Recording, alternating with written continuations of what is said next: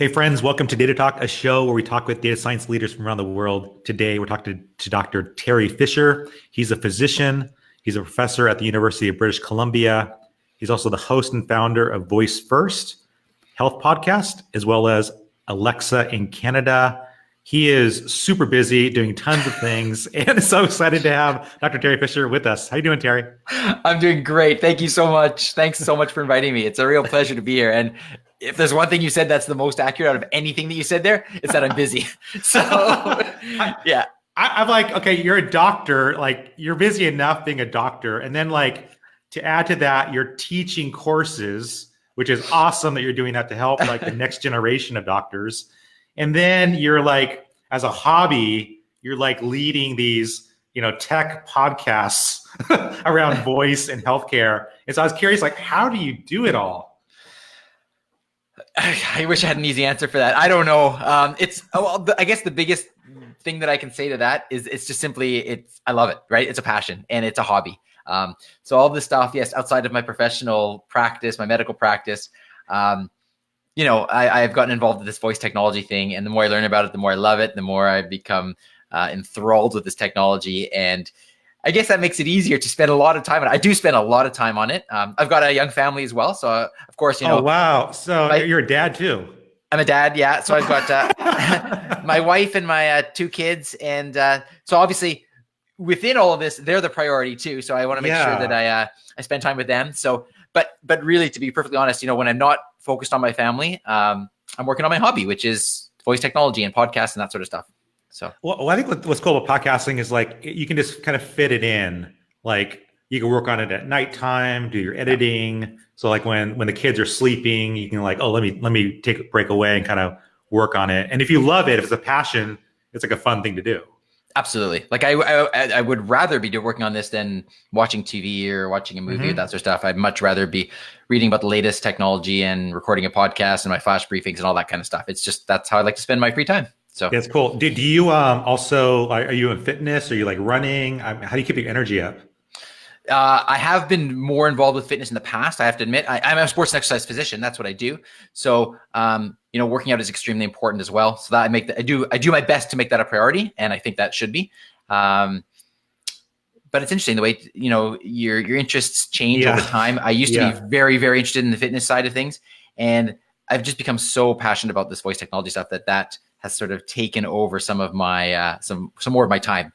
I hear you. Yeah. That's the thing. Like, as we go through life, certain passions take over. That's so right. There's a season where you're like, you're all in on something. And so you kind of like, well, I'll get to running or whatever it is a little bit later. So when you are into doing exercise, what do you enjoy doing the most?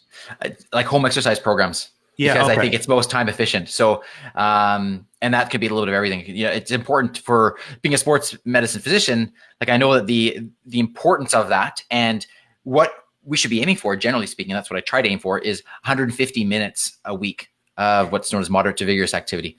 And so that's a combination of aerobic and some strength training and that sort of stuff. I think it's really, really important to have a balanced exercise regimen. Okay. Yeah, I think that's I always feel better when I exercise. And I always get more energized, even though like I get really busy, I find if I can just at least squeeze in, 20 minutes, 30 minutes, to just do something at home, like do a little jog. I can't run fast. So it's like, I want to call it jogging, but it's probably like more like fast walking is really what it is. As long as you're working and getting the exercise, then the speed doesn't really matter as much. So, speaking of like how kind of like health and fitness and voice kind of come together. So I had a really cool opportunity for work. I was just in Scotland last week and my wife couldn't come. So she's like, well, just spend a couple of days and do like whatever you want to do. So I like to mountain bike as a hobby. So I spent a couple of weeks like mapping parts of Scotland, like where it would be cool to kind of mountain bike and areas that would be kind of safe. Right. So I mapped all this out. So anyways, I'm like, I leave early and I'm like 30 miles into my ride. I'm not seeing anybody. Like I didn't see a soul. Right. And I started seeing some like danger signs along the way. And I'm on some really remote trails and I have like no connection, like no service on my phone. So like, Yeah. it's basically like I have an extra tube and some tools, some water and food.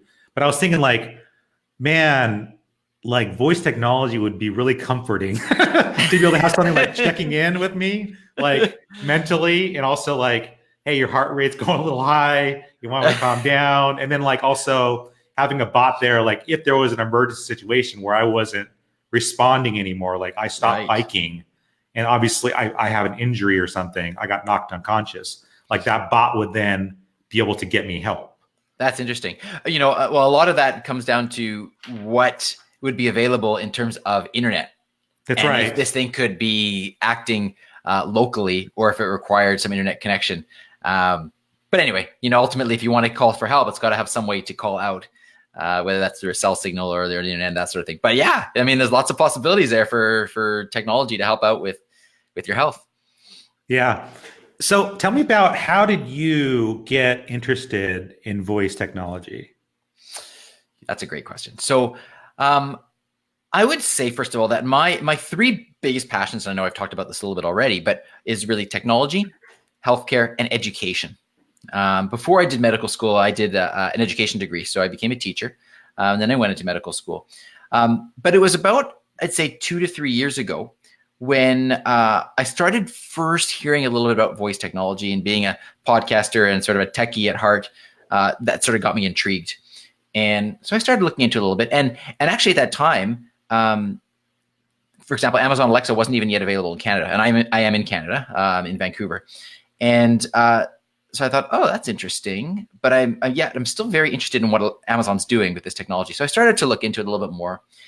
And I realized that there were hints that it was going to be starting to come to Canada soon. And I thought, this might be a really interesting way to put my passions together of technology, education, and also healthcare, when I started to think about the healthcare implications of this. And that's when I decided to launch my website. So I started with Alexa in Canada, which is more of a consumer-based, but also voice professional-based website, where it just talks about generally what Alexa is all about and what it can do. It's also very applicable to people in the United States, by the way, even though it's called Alexa in Canada. If there are any Canadian slants, then I do try to highlight those. And then as that developed, I launched what's known as a flash briefing, which is like a mini podcast that you subscribe to on Alexa. And then with my medical background, I thought, as I started to learn more about it, I thought this is really going to change healthcare. And that's when I thought, okay, now I need to start a podcast called Voice First Health. And that's how that started. And it's really highlighting anything that has to do with the intersection between healthcare and voice technology. And ultimately, it was a way for me to combine those three passions, right? Healthcare, technology, and education, because that's kind of what I see as what I'm doing with these platforms. So I have to know, like, what's been your wife's reaction as you've been launching these different projects? She depends what you're getting at with that question. I know my wife is going to be like, really? Another podcast? I mean, it's no surprise to her that I'm a techie at heart. And if there's some new technology and I want to talk about it, and I want to even better use technology to talk about the new technology, I'm going to be all in. So, so she, there was no surprise there to her. She gets that. And she's extremely supportive. She's fantastic. Awesome. It's very important to me too. Like I said, I really do try to make an effort to make time for my family, for my wife, and for my kids. If I didn't do that, it would be a problem, and I wouldn't be happy with that. Right. So, so as long as I continue to be very aware of that, and throughout the school years, I just as an example, I have a son and a daughter. I actually coach both my son and daughter's hockey teams. Oh, that's awesome. So I'm on the ice with them a couple times a week. That is so cool. And those sort of things. So I do certainly make an effort to really, really be involved. I want to be an involved dad and an involved husband. But at the same time, they're very supportive of what I'm doing. So that's great. We've got a great balance. No, it sounds like it. No, I think it's so cool that when you have hobbies like this that you're like really enthusiastic about, because everyone has hobbies, and sometimes, like to your point, like you could spend time watching TV, watching basketball on TV or whatever it is. Right. But it's like you're actually doing something. Your spare time is actually being very, very productive. Yes. And that's exactly how I see it. A lot of people have some downtime and they will watch TV, and power to them if that's what you want to do. For me personally, my personal opinion is if I would much rather be working on something that's sort of creative and working on my podcast than watching TV. In my mind, personally, right. I just see TV as it's not productive to me. It's almost a waste of my time. But having said that, I relax by working on this stuff, and other people relax in different ways. Everybody's got their own way. So exactly. Yeah. I was listening to someone talk about, like, when you get into like the flow, like you're working on something and you just like, it's like a time warp where you're just like, you're in it, and it could be you're bike riding, you're running, you're working on a project, and you're just in this flow state. And the way that this person described it was where you are just excited and enthusiastic in the project, and it excites you and both exhausts you at the same time. Yeah. Right? Because you're like, you can just be doing it for hours. I can do it for hours. And just here, I'll give you a little hint here how I get some of my stuff done is just, for example, next week, I have 3 podcasts scheduled to do. And I do them at 6:30 in the morning. So, I get up, I do them at 6 in the morning. So I get up at 5:30 in the morning, get my podcasts done first thing in the morning so that I am done by the time my kids are getting up. Oh, wow. And then I can help them get ready for school. And then they're off to school and I'm off to my regular medical practice. And then oftentimes, I come home and then we spend some time together, whether it's at their hockey practice or whatever. And then later on in the evening, once things are winding down or they're getting ready for bed or they're in bed, then I'll do some more work on this, whether it's podcast interviews or other stuff. So that's cool. So do you like prep like an outline like the night before, and then that morning you're up and what you're going to talk about? Yeah, I mean, that's what I do. I generally, if I know I have a podcast the next day, then I will do sort of my preparation for it the day before. Yeah. Okay. Very cool. I love it. I love how I love how creative you are and how productive you are with your shows. So so you mentioned, before we get into this, you mentioned that you were a teacher first and then you went to medical school. Tell me about that. That's interesting. That's a very short period in my life, to be perfectly honest. But I always knew that teaching was something that I wanted to do, and which is why, of course, that I do it now in at the University of British Columbia as well. But I went into education. I became a science teacher, a high school science teacher, and I did my my internship as a student teacher. But basically, the following year, I went into medical school. Wow. And so I took those skills with me into the teaching skills into medicine.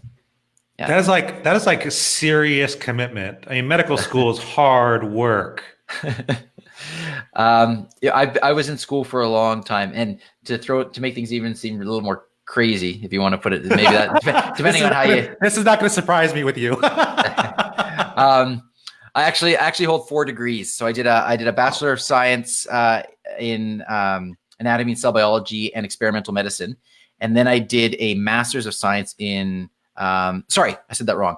Bachelor of Science in anatomy, cell biology, and biotechnology. Then I did a Master's of Science in experimental medicine.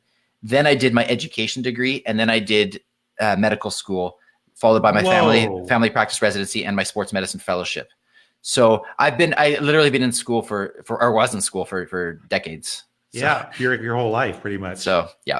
But it's I mean, which is one of the really interesting things. Everybody's got different life experiences, and I've been able to now to bring these together into this field, which is. It just sort of clicks together, and what can I say? It's a lot of fun.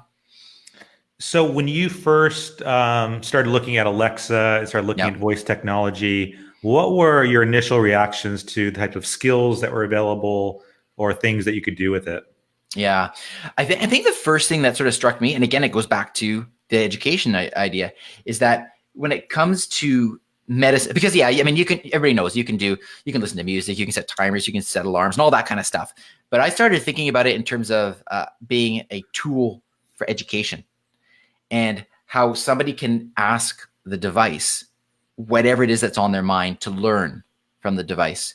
And so whether that is like, what are the symptoms of strep throat, right? That's a very basic skill. And that's the sort of thing that I was starting to think about. Another skill that sort of took things a little bit to the next level was a skill put out that can provide you with first aid advice. So, you're chopping up a carrot and you cut your finger, and rather than having to flip through a first aid guide, if you don't know how to take care of it, you can simply ask the device, like, how do I deal with a cut finger, a laceration? And so those sorts of educational and informational skills, I think were the sort of the first level where it really got me started to think about it. But as I sort of delve into this a little bit more, I realized that it's not just about education, because we're now having conversations with these devices, and that brings the available applications to a whole new level. Particularly now, recently, in the last couple of months, that Amazon announced that the devices are HIPAA compliant, and so now they can store or begin to store personal health information. So what does that mean? It means that you can now start to use these devices as surrogates for care providers. Meaning, I'll give you an example. There's a skill out there that can give you medication reminders based on your medication schedule. So one area or one population, one segment of the population that is really finding this beneficial are people that are aging. And there's this whole movement called aging in place, where people want to maintain their independence and they want to stay at home. But sometimes that's difficult because, for example, they may forget to take their medication. They may forget when they have appointments. You can become forgetful about various things. And they need people to remind them about these things, and also remind them of what they should be checking as far as their health goes. Well, now you don't need to rely on your doctor, a care aide. You just put a device in your home and it does that for you. And so these devices, I think, and I believe the way we're going, are going to gradually take on more and more of a role of a care aide, a care provider, somebody, see, that's the way I use the term now, somebody who can help take care of you. I think that those are some beautiful examples. And I mean, I can certainly see myself using something like that in the future. I want to get a reminder on something. And I also love the example that you gave around getting some information on how to diagnose something. Like, is this something I need to go to a doctor about, and trying to like go through some sort of conversation with the bot around my symptoms? Right. Well, here, I'm gonna paint a little picture for you, which I think will really kind of, this is not here yet, but I truly do not think that we're too far off. So here's a scenario. So imagine you wake up and you have a sore throat. You don't feel well. You know something's wrong. Something is just not right.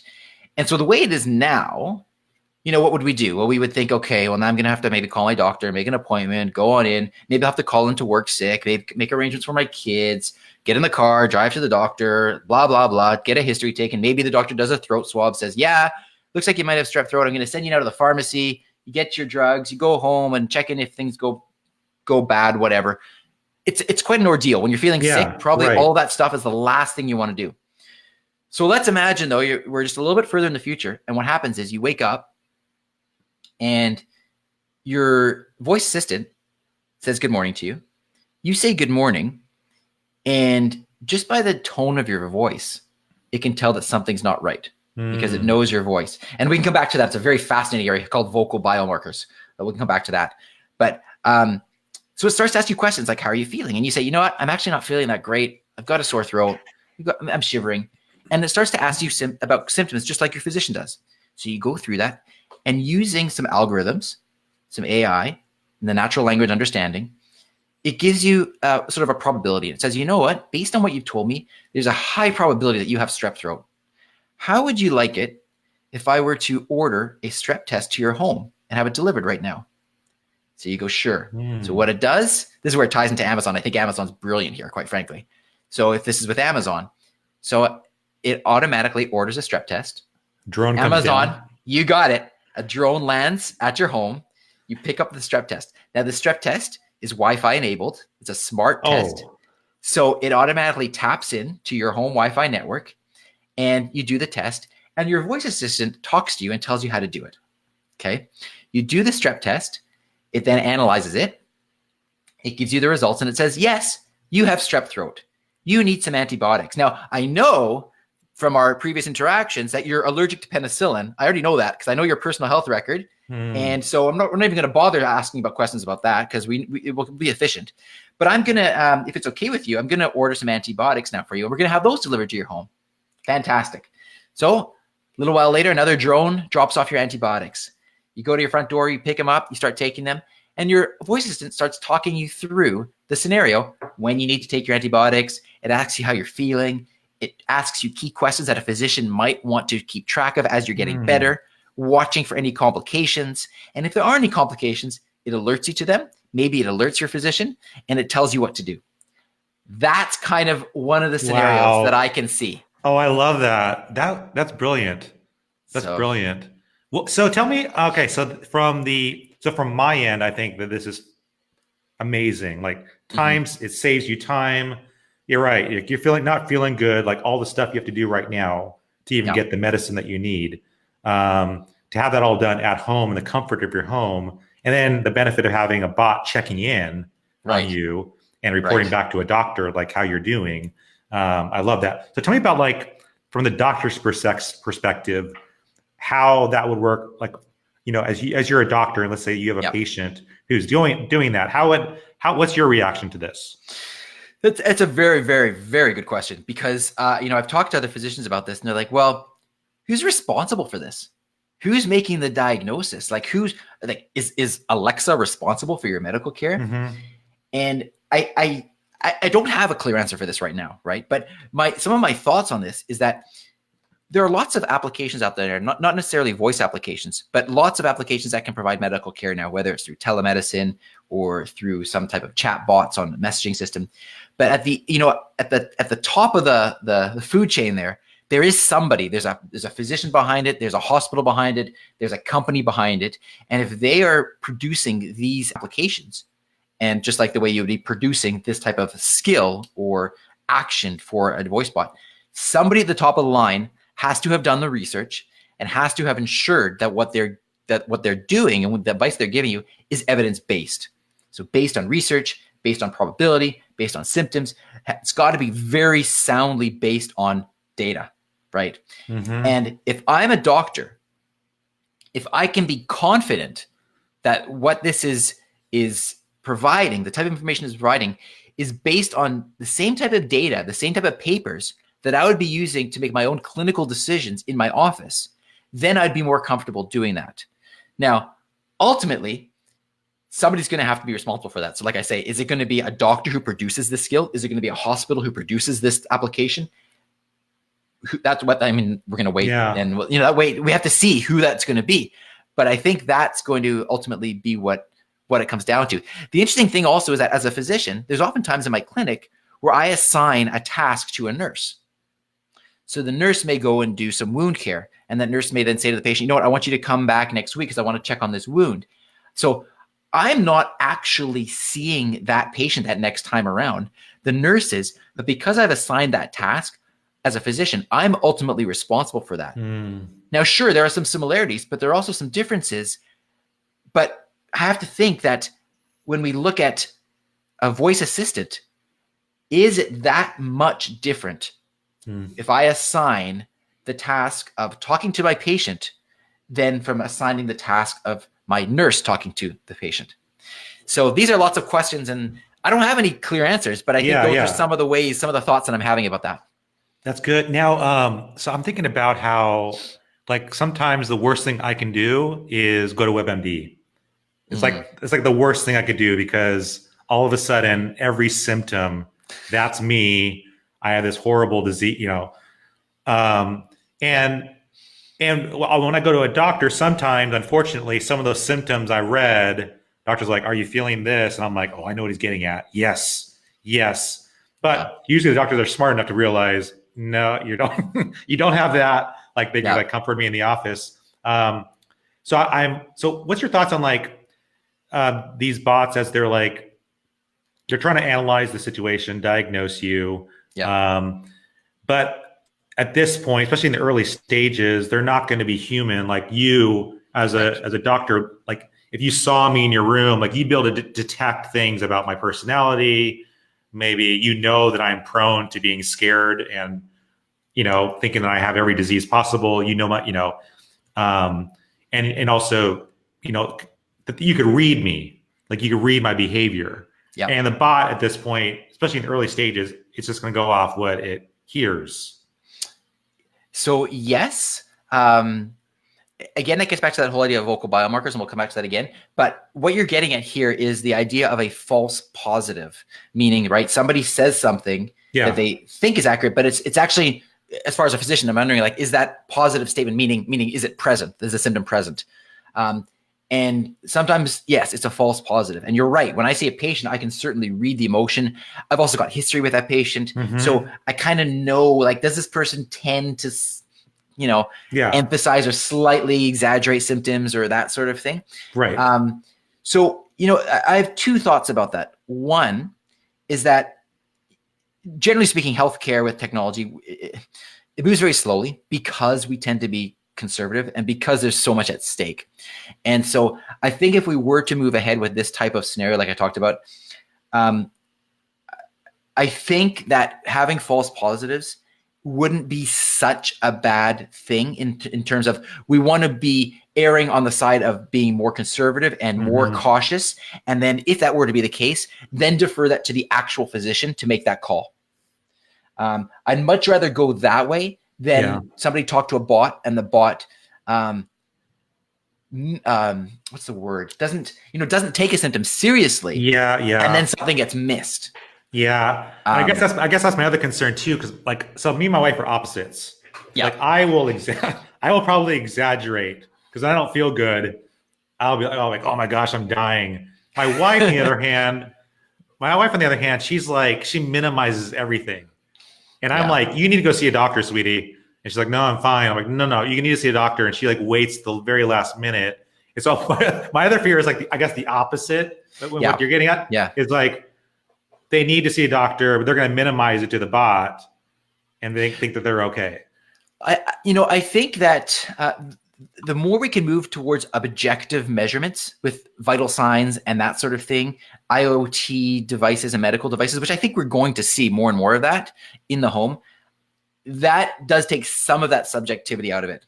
But the other aspect of it is, being able to know how to ask the follow-up questions to sort of determine, really, is this a problem or not? For example, as a sports medicine physician, I see lots of people with knee problems. And a very common knee injury is an ACL tear. So they tear one of the ligaments in their knee. One of the questions I like to ask for that is, do they have instability in their knee? Because if somebody has a torn ligament, often the knee does feel very unstable. Now, the problem is patients sometimes don't truly understand what I mean by that question when I say, do you have instability in your knee? Yeah, and some people might say, yeah, I do. But they just mean, in their mind, they're thinking, yeah, I have instability because sometimes when I walk, my knee just kind of gets sore and I kind of just, my muscle doesn't fire and it sort of feels like it's falling. In my mind, I'm thinking about truly a mechanical, unstable knee where it is just buckling from underneath them. So typically what I will do is I'll ask a follow-up question. If they say, yeah, my knee's unstable, then I'll say, well, okay, that's fine. Do you trust your knee? Would you run up a flight of stairs and not give it a second thought about what knee giving out on you? And in that case, I find that patients will then say, oh, well, no, I couldn't do that. And that's real telling to me. Or they might say, well, yeah, it's unstable, but I got no problem running upstairs. And so I think the follow-up question is very important in this. And that certainly comes from experience as a physician. And that's going to come from, I think, from experience as we start to see the interactions that people have with the voice bots. What kind of questions are people responding in the affirmative to? And how can we then ask those questions in a more specific way? Or how can we ask follow-up questions to get really to the root of what we're trying to find out? Yeah, no, that's good. Yeah, and I like the fact that you brought up like the other devices in your home that could also be feeding in the health data, because you're talking about like maybe you're not going to the refrigerator as much to get fluids, right? So there's like all these other things. You're not going to the restroom like you used to, or maybe you're going more than you used to. And these are all data points. They're all data points. And what's interesting is a lot of the voice devices can start to do this. They can actually pick up the sounds of you opening your refrigerator and closing it, or the sound of you flushing the toilet. And so even just the voice device can actually start to get a real sense of the normal schedule of you being healthy in your home and how often you do these various functions. So that's a very, and so just simply not even having another device, but just having the voice device, that itself can carry a lot of information. But then we get into the whole issue of, do you want a voice device listening to every single thing that's going on in your home? Right. Which is another whole area. Yeah. Right. So I want to ask you about the vocal biomarkers. Before I get there, I'm curious about the Alexa skills or things that you're doing that you currently do personally with bots. So the things that I do currently with bots, I've been working with some students to develop some Alexa skills. So I can tell you two of them, the two recent ones. One was actually a concussion skill. This is a skill that part of a concussion assessment in the clinic is actually going through a list of symptoms. This is this sort of standard care, is that we want people to go through a list of symptoms. It's called the Sport Concussion Assessment Tool. And they kind of rate their symptoms on a scale of 0 to 6. And this is something that I get my patients to do whenever I see one with a concussion. But I thought, maybe they could just be asked this questionnaire at home through a skill. And so we designed that with some students. So now they do their they can do their concussion assessment at home, and then the results can be sent to them, to me, to whatever. Would that help you like even diagnose like you had one? It depends how you use it. The tool is part of the diagnosis of a concussion, but it's not the sole thing. So I wouldn't say that a person can go through this and just simply diagnose concussion just from doing that. Because that would not be an accurate diagnosis. But it's a very, very important component of it, and it's very important in the follow-up to monitor how a person's doing. So we've done that. And another one that we've looked at is actually doing sort of a similar thing, but it's a questionnaire to assess social isolation.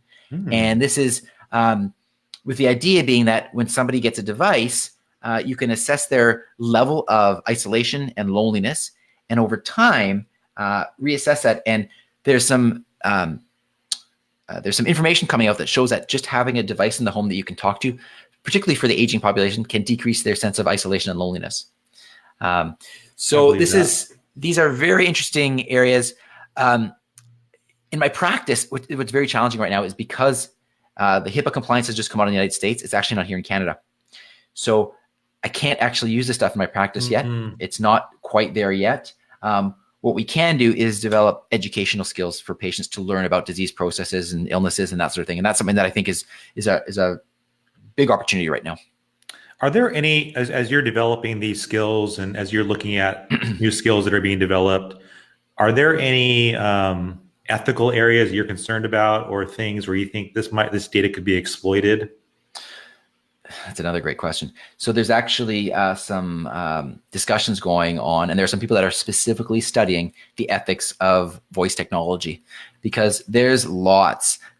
For example, some bots, this is just one example, but if a bot is going to address you by your name to make it more personal, seems like a simple thing. Yeah. But actually then you get into the question of, where did that bot get your name?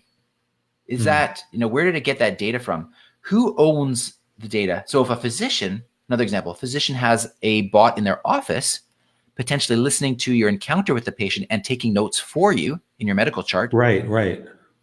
Who owns that data? And what happens if the physician is just sort of verbalizing some thoughts out loud, but doesn't necessarily want that part of the medical record, but the bot is listening? Where does that data go?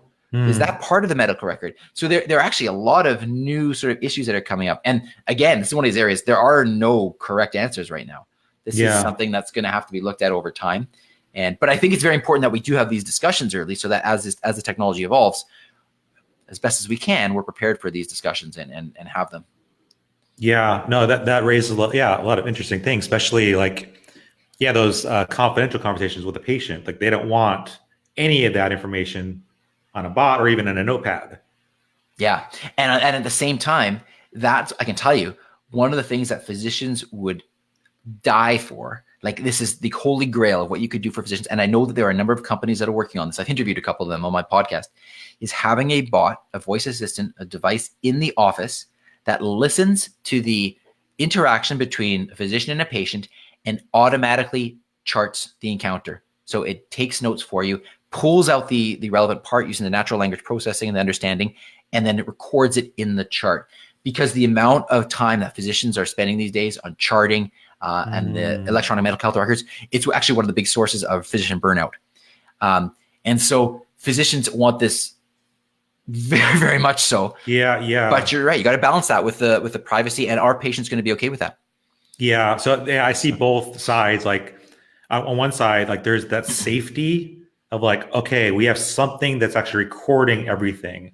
So the patient can feel more secure. Like, even if the doctor's not listening, the bot's recording it, and I'm Mm. getting everything that I need out there. So I feel protected. Like, hey, I told the doctor Yeah. this, but the doctor didn't care, but the Yeah. bot recorded it, so at least I'm protected there.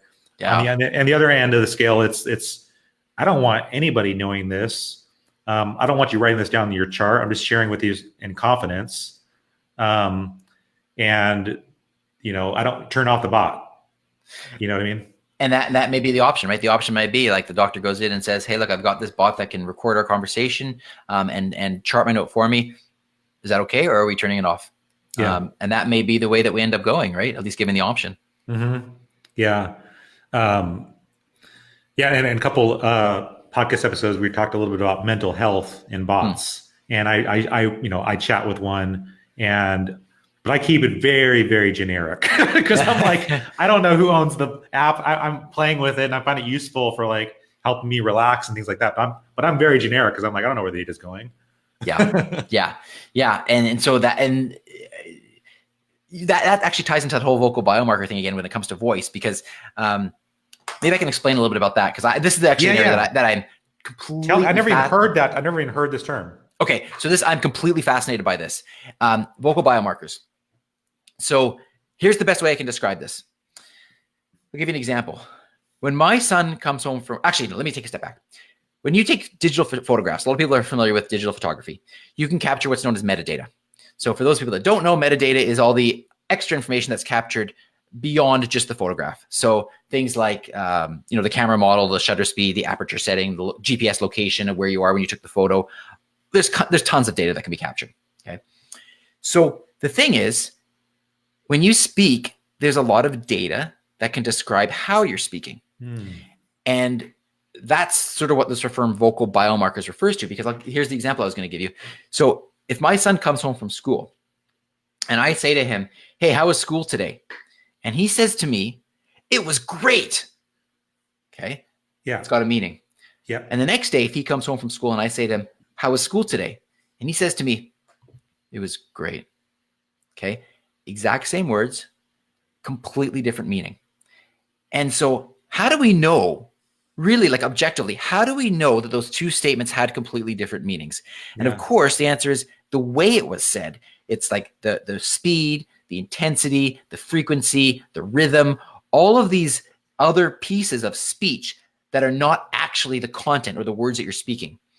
So what can you do with that? Well, if you know those different parameters of speech, and if you can feed them all into a computer, which you can, and you can use AI and machine learning to figure out patterns in your speech, now all of a sudden you can have a bot that can detect these changes in speech or the vocal biomarkers.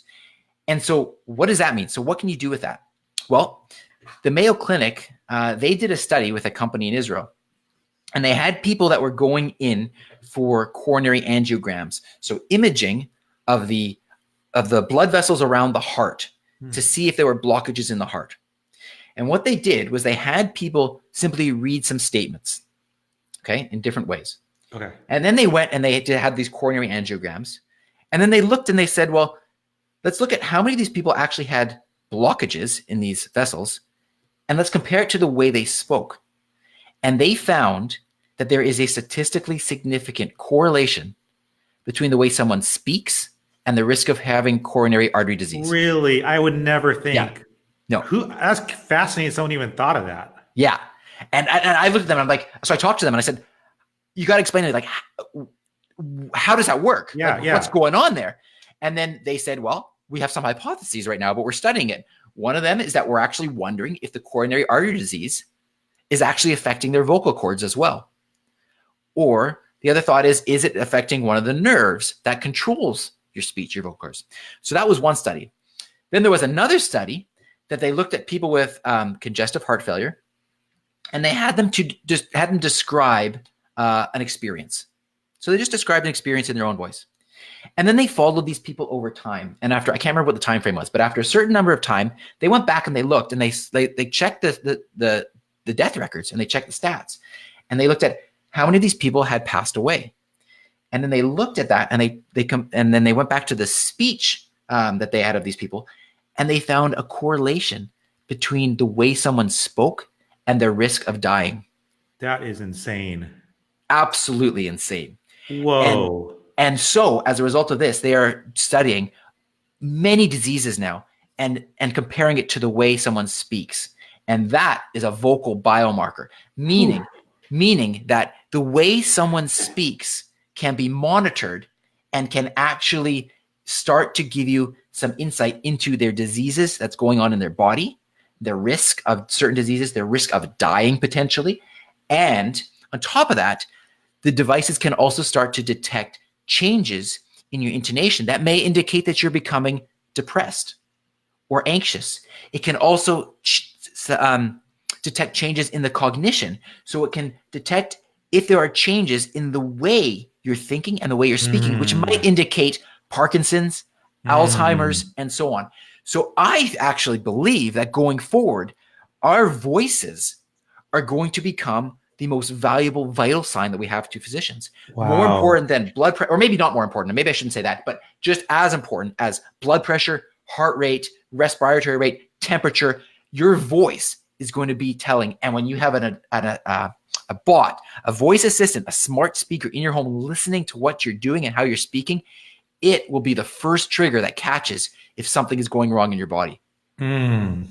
So Yeah, as you're sharing, I was just thinking about, oh yeah, like I'm thinking of things like dementia and Alzheimer's, like if you're asking certain questions over and over again, like it could absolutely. detect, it'd be a signal, like Yeah. something's going on. You need Yeah. to get checked out. Yeah. Um, Yeah. Absolutely. so, And it also doesn't get tired of that. The care, just as an aside, caretakers often can become, can become tiresome for them to answer the same question over and over again. Whereas if it's a bot, truly, like the bot doesn't care. You can ask it as right, many right, times right. as you want, and it can actually be quite comforting to the person. That's So right. That's right. yeah. So I'm curious, like, do you know some of these biomarkers, like what it's detecting, how it detects emotion? So the short answer is I don't know the details of that, and a lot of that has to do with there are a number of companies that are investigating this, right? And this is the company's IP now. And so all these companies that see the value in this, they say that they can do this, and there's studies that have been published on this. So, whether or not you want to truly Mm. believe those at face value or not, that's fine. But they have been done with some reputable places like the Mayo Clinic. So that carries a lot of weight. But as far as like what specific, um, nuance in the voice they're detecting, they're not so open about that because that becomes their IP. So, and different companies are doing different things. There's actually a guy that I interviewed on my podcast, and he's very interested in creating a database of vocal, not so much the vocal biomarkers, but vocal samples. And almost like there was the genome project where we sequenced the human genome, he's interested in creating kind of like the voice, if you will, voice genome project, where he develops a database of different voice samples and then use that to go and investigate diseases. So, Wow. Wow, that's fascinating. I'm thinking like from a safety perspective, and as you're talking about ways that voice can help, diagnose issues, problems. I'm thinking about like I'm thinking about as I get older, and let's say that I lived alone, yep, like the comfort of having a bot there. Like if I pass out, maybe have a heart attack or a stroke, yep, and I'm alone, yep. like the bot would be able to know, oh my gosh, Mike's home. I haven't heard him. He's in the kitchen somewhere. He dropped potentially, and he hasn't moved. That's a great example. Exactly. Because if it is listening, it knows your normal sort of behaviors, knows your movements, it knows your schedule potentially, it knows your calendar, and it sees as, there's nothing on the calendar now. I've certainly heard Michael around the home, and all of a sudden there was a crash, and then there's been no sound for the last 2 minutes. It could start talking to you. Hey, Michael, what's going on? Are you okay? You okay? If it doesn't get a response, maybe it calls 911 for you, right? Yeah, yeah. I think that's amazing. I'm looking forward to. I mean, obviously, like there's all these challenges and questions and ethical things that have to be worked out. But the benefits from a medical side and safety side, there's a lot of benefits there. Absolutely, absolutely. And so, the privacy thing, it's hard to know which way that's going to go. I tend to think that the sort of the younger generation now, I actually think that privacy is not so much of an issue to them as it has been for an older population. So much is out there now already on social media. And I tend to think, and this is more anecdotally than anything, just from chatting with people that are younger, that they would be willing to give up their privacy for some of the benefits of this technology. Yeah, no, I hear that. I mean, I'm like listening in to what you're saying, and I'm like, yeah, I'm open to that because I want to be protected. I'm thinking about, as you're talking about local biomarkers for the health side, I'm also thinking about just from like domestic abuse, like things going on at home, like raised voices, potential abuse that is being captured by these bots. The bots know that something's not right. There's a child being hurt. Yeah, wow, that's a really interesting concept.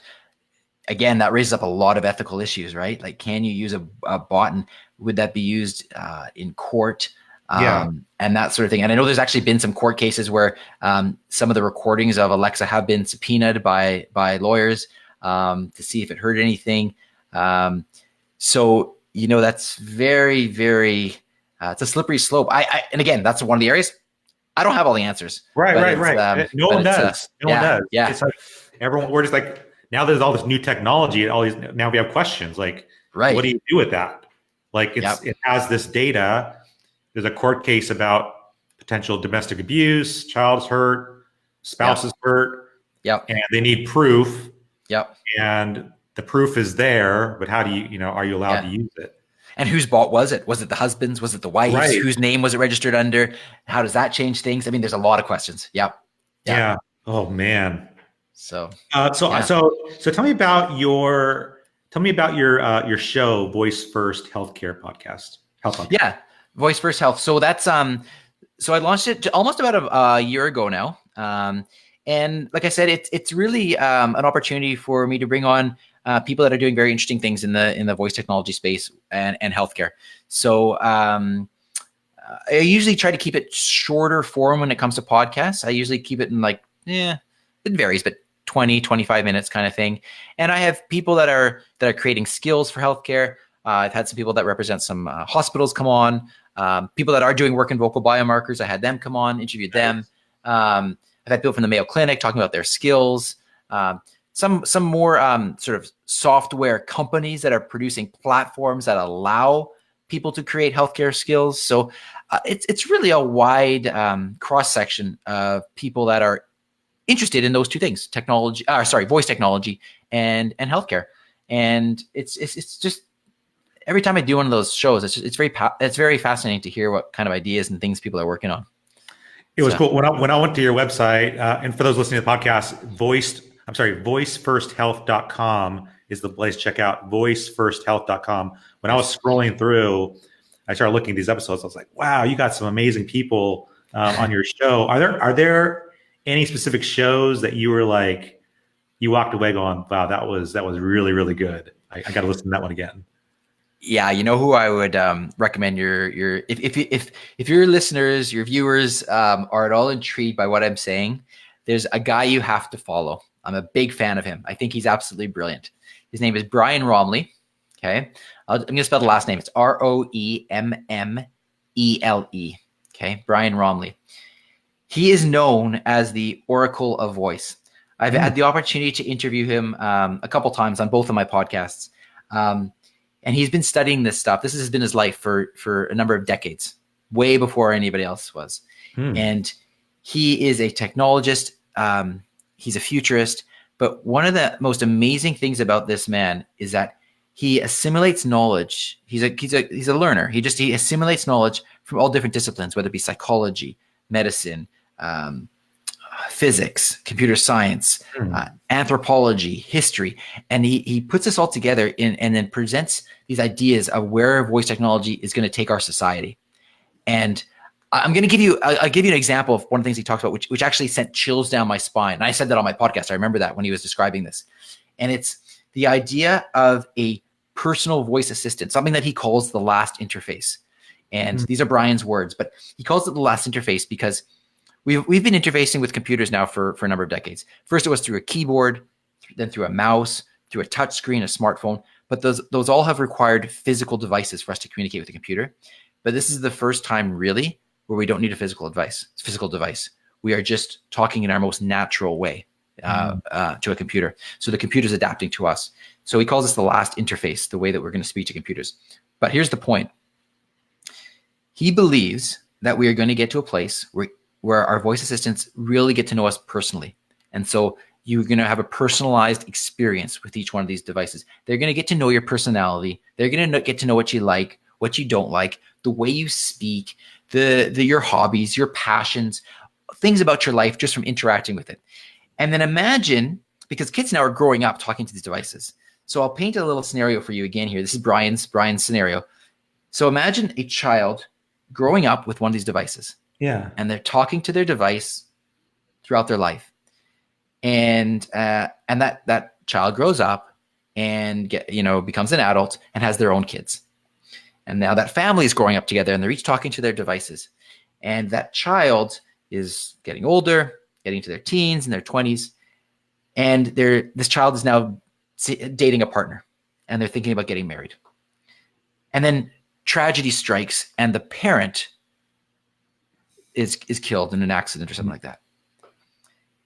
There has now been however many years of data that this voice system has been collecting on this parent for however long it's been, 30 years, 35 years.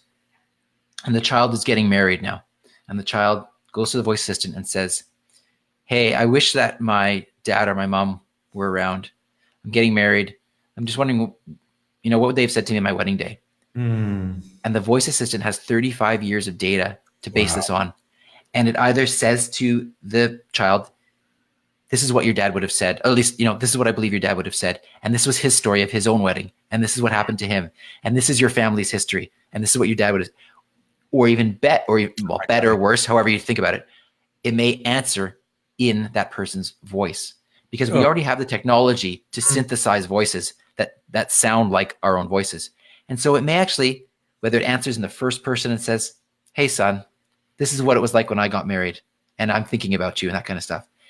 So that it literally is going to provide an opportunity as these devices get to know us where you can have conversations with people that are no longer with us because there's so much data on them.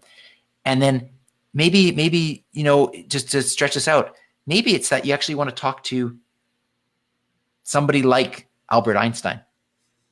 And there's, now obviously he hasn't been there recording this, but somebody like that, or, however many years down the road, you want to talk to the latest mind or thought thinker, or I don't know, Jeff Bezos. You want to talk to the most richest guy in the world. And what would he think about this? And you could have a discussion with him because he's choosing how much data he wants to share with the world out of his own experiences.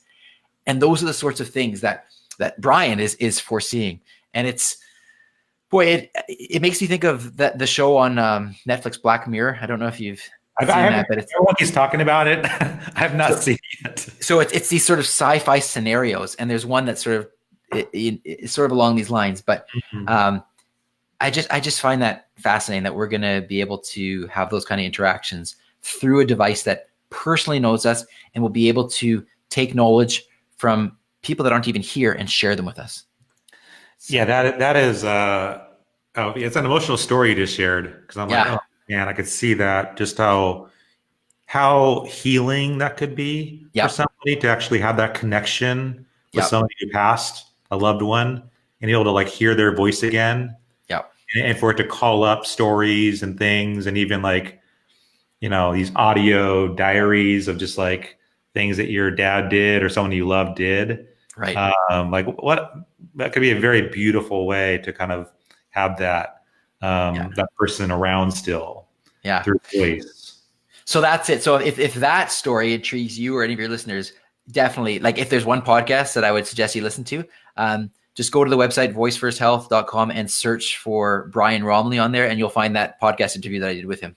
So, by the way, have you seen that movie, Her? Yes. So, there's some similarities there, right? So for those that haven't seen it, it's basically that. It's like a voice bot, and this guy develops a relationship with it. I don't want to give away too much of it, but there's some similarities there. Yeah. It's interesting too. You can think about would a parent pass on a bot to their child, because the bot knows the parent, and hey, now get to know my son, and the bot can be there to like kind of share wisdom. Yeah. Well, that's just it. Wouldn't that be interesting? You can start to, let your imagination run wild here. So imagine you have like your dad's bot and your mom's bot, and as generations go on, Yeah, grandfather. You've got your grandfather, and it's like you're starting to like assemble your family of bots, and it seems so crazy to like when I'm saying that, but on the other hand, it's not so far fetched either.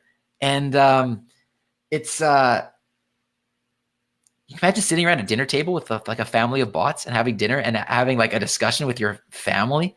Yeah, that is no longer there. It's amazing to think about. I mean, you think about your family tree. If you have recordings of your great great great grandparents, like what life was like back then. Yeah. Like the amount of stuff you would learn about your family, and like, oh, I'm just like, my great great grandmother. Yeah. Yeah. It's just mind boggling what the potential is for this and where we're going with it. It's tremendously exciting. So you can see why I'm passionate about this stuff and why I love spending time with this. It's so interesting just to learn about and to think about and to be a little bit of a futurist and kind of try to see where we're going with this. Yeah. No, I love it. Friends, check out voicefirst.health.com to follow Dr. Teri Fisher and his various episodes with different futurists and people that are developing voice technology, especially in the healthcare space, because it is what a fascinating area that you're studying, Dr. Fisher. Yeah, it's really fun. So thanks again so much for having me on the podcast. It's and your show. It's been a real pleasure chatting with you. It's been a lot of fun. Thank you so much, Dr. Fisher. Take care. Bye-bye.